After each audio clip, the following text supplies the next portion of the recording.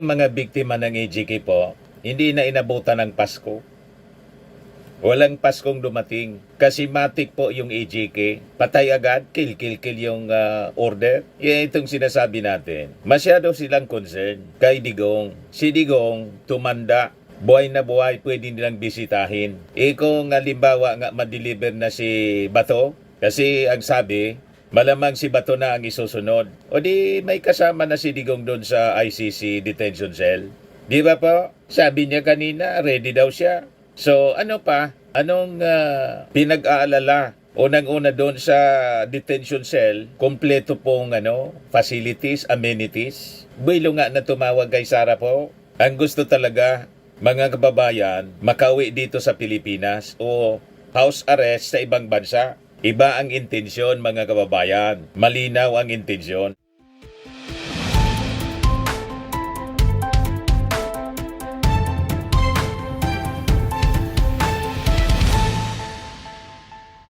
Hello po mga kababayan, si Dante Maravillas, Bicolano vlogger, broadcast journalist from Albay. Nag-privilege speech mga kababayan yung dalawang Duterte senators, si Bongo at saka si Bato de la Rosa. Binabanatan yung tinawag ni Sara Duterte na siyam welfare visit ng embassy official kay Digong. Pagkatapos, sabay panawagan para sa interim release ni Digong and i-house arrest na lang daw. Pang-famas po yung acting ni Bato de la Rosa sa kanibonggo. May pa-iyak-iyak po para gatungan yung emosyon ng mga DDS. Yan si Bato de la Rosa. Unahin natin si Bato. Mamaya si Bongo. This world, with all my heart, that lives this world. Yan, hindi na makapagsalita.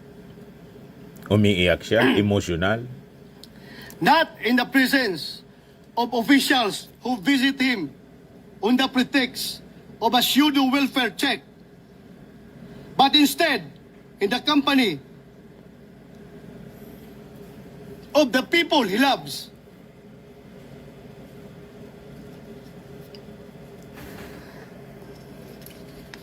Baka madala I kayo sa truly drama care niya. for him. Since none of us here can even hope to match his patriotism, let us at least strive to be half as nation-loving as he was, still most certainly is. Kung gusto po natin ng malasakit sa ating dating Pangulong Duterte. Kung talagang gusto po natin masiguro na lagi siyang nasa mabuting kalagayan, ang nakikita ko pong isa sa mga solusyon ay masuportahan ng bulwagang ito ang kanyang interim release. Or more conservatively, let us at least take up proposed Senate Resolution number 18 or resolution expressing the sense of the Senate strongly urging the Philippine government to advocate before the International Criminal Court for the interim release of former President Rodrigo Rua Duterte in a form of house arrest arrangement in a residence in The Hague, the Netherlands. Hindi naman siguro kalabisan ang hiling na yan. Sa tingin ko ay hindi naman sobra. Lalo na magpapasko na. Yung mga biktima ng AGK po, hindi na inabutan ng Pasko. Walang Paskong dumating. Kasi matik po yung AGK. Patay agad, kill yung order. Yan itong sinasabi natin. Masyado silang concern kay Digong. Si Digong, tumanda. Buhay na buhay, pwede nilang bisitahin. Kung halimbawa nga ma-deliver na si Bato, kasi ang sabi, malamang si Bato na ang isusunod. O di may kasama na si Digong doon sa ICC detention cell. Di ba po? Sabi niya kanina, ready daw siya. So ano pa? Anong pinag-aalala? Unang-una doon sa detention cell, kompleto pong facilities, amenities. Buwilo nga na tumawag kay Sara po. Ang gusto talaga, mga kababayan, makauwi dito sa Pilipinas o house arrest sa ibang bansa. Iba ang intensyon, mga kababayan. Malinaw ang intensyon. Ang game plan nila, lahat nila gagawin, mga kababayan, para hindi matuloy yung trial. Pag na-release yan si Digong, may iba na naman silang kwento. Hindi na niya kaya na humarap sa trial. Mahina na. Hindi na niya pwedeng ibiyahe. Di ba? Pagkatapos, unang-unang Senado po, malabo na pakinggan. Halimbawa pa mag-resolusyon. Malabo na napakinggan ng ICC judges. Yung abogado nga niya, nag-petisyon na. Hanggang ngayon, di man po pinagbibigyan. Lalo na yung Senado kasi wala mang paki dyan ang Senado. Sila man lang na mga Duterte senator sa may paki. Tama ba? Hindi sakop yan ng Senado. Pag-ilaman ng desisyon ng mga judges. Tulad dito, halimbawa, hindi man pwedeng pakialaman ng Senado ang desisyon ng Supreme Court. Di po ba? Kaya nga in-archive na lang yung impeachment case laban kay Sara Duterte, mga kababayan, kasi iniintay pa yung desisyon sa MR, motion for reconsideration. So katulad din, mga kababayan, ng Supreme Court, yung ICC. Hindi man pwedeng pakialaman ng outside forces other than yung petisyon, kung pagbigyan yung petisyon ng abogado niya. Tuloy natin ang litaniya ni Bato. I therefore urge this august body for proposed Senate Resolution number 18 to finally be included in our agenda. I am asking this not just as a senator, but as a Filipino who believes that one of the best, most patriotic among us who ever lived does not deserve to spend his remaining years in a foreign prison that does not even speak his language, much less feel like home. In the end, perhaps, this is the least that we can do. Kayo na mga Duterte senators, wag na ninyong idamay yung majority. Di ba? O ito naman si Bongo. Pakinggan natin din yung sinasabi ni Bongo. Paligid, lugar, pensa o maging kanyang pamilya. Totoo po yun, kahit na bago pa yung kanyang pagkahuli, pagka-kurenda sa kanyang gobyerno. Awang-awa sila kay Digong, pero wala silang awa doon sa mga biktima na mga mahihirap, kasama yung mga bata, nadamay mga kababayan sa kill-kill-kill. You see, yan ang uri ng mga opisyal mayroon si Digong. Ang concern, lahat lang kay Digong. Wala silang paki doon sa mga biktima, pamilya ng mga biktima. Ay, meron na talagang mga bagay-bagay na hindi na po niya maaalala. Mas naalala niya po yung mga old memories dahil na po yan sa kanyang edad. At naalala ko rin po nung bago siya sinala sa Galili, padala. Anong hindi maalala? Iba man ang kwento ni Sara. Naalala nga yung politika. Yung love life. Pati yung mga problema sa flood control. Yan ang kwento niya, ni Sara dun sa Japan. Tapos iba man ang kwento ni Bongo at saka ni Bato de la Rosa. Hindi kayo lulusot kasi binisita ng consular office ng embassy official. Malamang may kasama yun na doktor para i-assess kung totoo yung mga sinasabi ng kanyang abogado. Kaya kayo taranta. Diba? Ang mga minisina sa kanya, hindi na po tinanggap doon at 2 beses po kami nagpadala sa kanya mga kaibigan, hindi na rin po tinanggap. Ibig sabihin, sila na po ang gumagamot kay Tatay Digong at hindi naman natin alam kung paano siya tinagamot doon. At ang kanyang mismo doktor dito ay hindi pa po nakakapunta doon. Yung doktor niya po 20 years dito sa Pilipinas ay hindi pa po nabibigyan ng pagkakataon na masulit siya makita man lang. Ibig sabihin nito, talagang tumitingin sa kanya at ang kaso ay hindi natin alam kung sino po. Sir President, Ako po'y lubos rin po nababahala sa isinagawang welfare check ng mga personnel ng embahada. So lubos daw silang nababahala sa welfare check. Ba't kayo nababahala? Mabuti nga na chinek yung kanyang kalagayan. At sabi ng DFA, parte yon sa trabaho nila. Yan DFA statement. Officials from the Philippine Embassy in The Hague visited former President Rodrigo Roa Duterte at the detention center of the International Criminal Court to conduct a welfare check. This is in line with its functions under the Vienna Convention on Consular Relations and relevant Philippine laws to protect the welfare of all Filipinos. This is a duty of all Philippine Foreign Service posts and is no different from what the DFA does for other Filipino citizens who are in detention abroad. Sabi naman ng ICC spokesperson, consular visits to detained persons are always conducted with the approval or the request of the person in detention in accordance with the Rome Statute, applicable rules in international standards. This was in response to Vice President Sara Duterte's previous accusation that President Marcos, his admin in the ICC, placed her father, former President Rodrigo Duterte's life in danger by conducting a wellness check on him without their family's consent. So malinaw, ginawa po with the approval or request of the person in detention. Madaling sabi, ang nag-request si Digong. Ni-request niya na mabisita siya. Hindi na siguro pinalam kay Sara kasi siya naman ang tatay. Siya naman ang may karapatan kasi siya yon, dating Pangulo. Kukonsulta ba yon sa anak niya para lang mabisita ng consular office o ng embassy officials? Madaling sabi, nagdesisyon mismo si Digong na mabisita siya. Diba? Malinaw mo.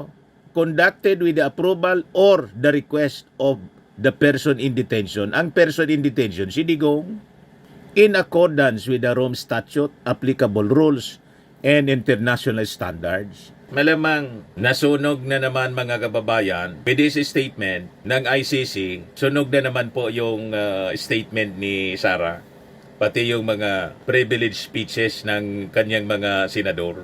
Duterte Senator, si Bongo at saka si Bato de la Rosa. Kasi lumalabas yung tinawag nilang siyam welfare check, nag-request mismo si Digong.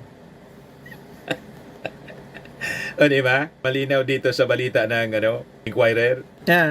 Conducted with the approval or the request of the person in detention. Ituloy natin yung nakakaawa na pamamahayag ni Bongo. The Netherlands kay dating Pangulo Duterte. His action, whether lacking transparency and coordination with the immediate family members or for whatever reason, may undermine the integrity of our diplomatic services. As former president, noon, nung naging presidente po siya, he consistently championed the welfare and safety of our overseas Filipinos, such as the immediate repatriation of Filipinos in distress. Talagang tinututukan niya po ito. Meron siya na mabalitaan siya mismo. Di man po totoo. Si Mary Jane Veloso, pinabayaan niya. Sinabi pa nga na bala na niya kayo dyan. Ibita yung sentensya ni Mary Jane Veloso. Mabuti na lang naagapan ng ating Pangulo. Sa pamamagitan ng diplomasya, nakauwi si Mary Jane Veloso dito. Kaya hindi totoo itong sinasabi ni Bongo. Gusto na nga ni Digong noon na balaan niya kayo kung bitayin ninyo yan. Death penalty kasi mga kababayan yung sentensya kay Mary Jane Veloso, remember? Nangunguna. At ito pong mga provision of legal aid sa mga OFWs, integration support, at pag may inahabi po mga OFWs, siya talaga mismo nangunguna at nagdidesisyon na i-ban po yung Di man totoo po. Ayaw niya pong nasasaktan ang ating mga kababayang Pilipino. Hirap pong mapalayo sa pamilya, hindi po nababayaran ang lupot ng ating mga OFWs. Pero talagang pinaglalaban ko yung pagtatay ko. Di man niya pinaglaban po si Mary Jane Piloso. Respect and protection he once ensured for others. Kaya naman po, Mr. President, I appeal to our colleagues. Matanda na po si Tatay Digo. 80 na po siya sa kanyang edad. Mahina na siya at may mga sakit na rin po. Pasalamat na lang kayo, tumanda si Digong. Yung mga bata po na AJK, hindi na tumanda. Mga kaluluwa na ngayon. Kaya mapalad si Digong. At yung panalangin natin, lalo pang humaba. Malampasan pa yung edad ni Juan Ponce Enrile. Para kung hindi siya nagkasala, di makalabas siya, mga kababayan dyan sa ICC detention cell, then makabalik dito sa Pilipinas after promulgation ng judgment kung not guilty. Pero kung guilty, siyempre, dapat niyang panagutan. Harmless na po si Tatay Digo sa kanyang sitwasyon ngayon. Mas magiging harmful po kung meron mangyayari sa kanya.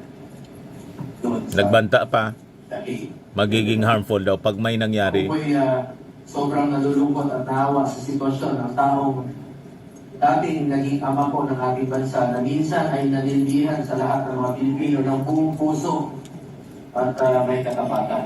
So, ang pinapaiwatig niya, pag may nangyaring masama kay Digong, kasi yun ang script ni Sara Duterte, isisisi sa ating administrasyon. So, manggagatong siguro sila ng gulo tulad ng attempt mga kababayan noong September 21. Huwag tayong maniwala sa ganong mga drama nila mga kababayan at agenda. Ngayon, gusto nilang hingin ang tulong ng Senado. Isabi ni Sara, hindi man kailangan. Yan binisita. Hindi niya kayo kailangan. Yun naman pala. So bakit kailangan ng resolusyon mula sa Senado? Di ba? So inakusan ni Sara yung ating Pangulong Bongbong na isa sa umano'y nasa likod ng sinigawang welfare check. Sabi niya, these are nothing but orders of President Marcos as consular functions, disguised as consular functions, as we strongly object to such visits. FPRRD does not need you. Our family will take care of him. At yung pagbisita daw, maaring maglagay. Yung walang paintulot mula sa pamilya, maaring maglagay sa panganib sa buhay nito. Wala naman po siguro plano ang ating gobyerno na ilagay sa peligro yung buhay ni Digong kasi mas gusto ng administrasyon na humaba pa ang buhay ni Digong para maharap niya ng maayos yung kasong final sa kanya. Hindi po gobyerno nag-file sa kanya ng kaso Final sa kanya ng mga pamilya, ng mga biktima ng EJK, mga pribadong tao po sila. At ang kaso final, wala pa sa posisyon, wala pa sa palasyo yung ating Pangulong Bongbong. 2017 po final sa ICC. Natagalan masyado. So walang kinalaman yung ating Pangulong Bongbong sa pag-file ng kaso na crimes against humanity kay Digong. Kumbaga, may dapat sisihin kung bakit siya naharap sa kasong yan, yung kanyang sarili. Kasi siya naman yung may gawa ng EJK. Proud pa siya. Matanda daw siya na mabulok sa kulungan. Yan ang sabi niya many times, kahit doon sa Congress. Kaya yung mga request ninyong interim release, kontra doon mismo sa gustong mangyari ni Digong. Ito yung sabi ni Digong sa Congress. Yung former president ba ay willing na mag-cooperate sa investigation sa ICC? Kaugnay dito? ICC, ma'am. I'm asking the ICC to hurry up, and if possible, they can come here and start the investigation tomorrow. This issue has been left hanging for so many years. Matagal, ma'am. Baka mamatay na ako, hindi na nila ako maimbestiga. So I'm asking the ICC through you na pagpunta na sila dito bukas, umpisahan na nila ang investigation. And if I am found guilty, I will go to prison and rot there for all time. Malinaw. Kaya itong mga resolusyon ni Bato at ni Bongo for interim release, kontra ito sa mismong statement ni Digong. Handa siya na mabulok for all time. Tama pa. Tayo naman lang, kinukot natin kung ano mga sinasabi nila. Yan ang mismong ginusto ni Digong. Mabulok. Pagkatapos kayo paiyak-iyak. Yung mismong tao nga na akusado, ready mabulok. Diba? O ngayon, idagdag ko na lang ito kasi si Congressman na Kiko Barsaga, binastos po siya, binastos si Sandro Marcos.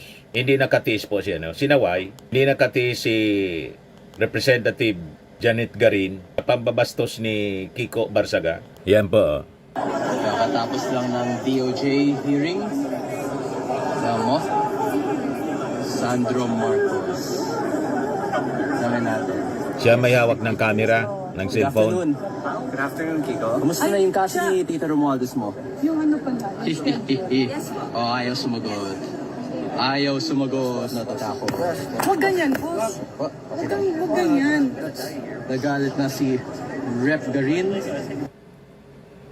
May problema talaga po sa behavior. Hindi naturuan ng tama. Pero sabi ni Congressman Ronaldo Pono, winarningan na sila ng nanay. Kasi hindi man daw ito nakikinig. Ibig sabihin, matigas ang ulo. Wala nang pinakikinggan. Kahit yung kanyang magulang, yung kanyang nanay. Anyway, siguro pinagpapasinsya na lang. Abang pending siguro yung ethics complaint laban sa kanya. So yan man lang po ang ating video ngayon. Third video. Ako po si Dante Maravillas. Bye-bye po. God bless.